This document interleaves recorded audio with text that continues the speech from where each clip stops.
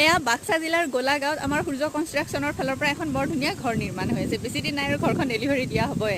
এতিয়া কথাটো হৈছে ইয়াৰে চাৰিওফালৰ যিটো পৰিৱেশ ইমান ধুনীয়া, মানে দুইফালে পথাৰ, মাজতে ৰাস্তাটো, ঘৰটো এইফালে আছে।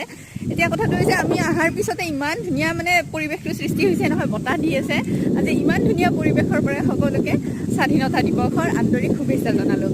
কাৰোবাৰ মনত যদি কিবা ভয় আছে, শংকা আছে, সেইবিলাকো যাতে সোনকালে নোহোৱা হয় আৰু আমাৰ সমাজত যিবিলাক অন্ধবিশ্বাস, কুসংস্কাৰ আছে সেইবিলাকো সোনকালে নোহোৱা হওক, সেয়াই মই আজিৰ এই শুভ দিনটোতে মানে কামনা কৰিলোঁ।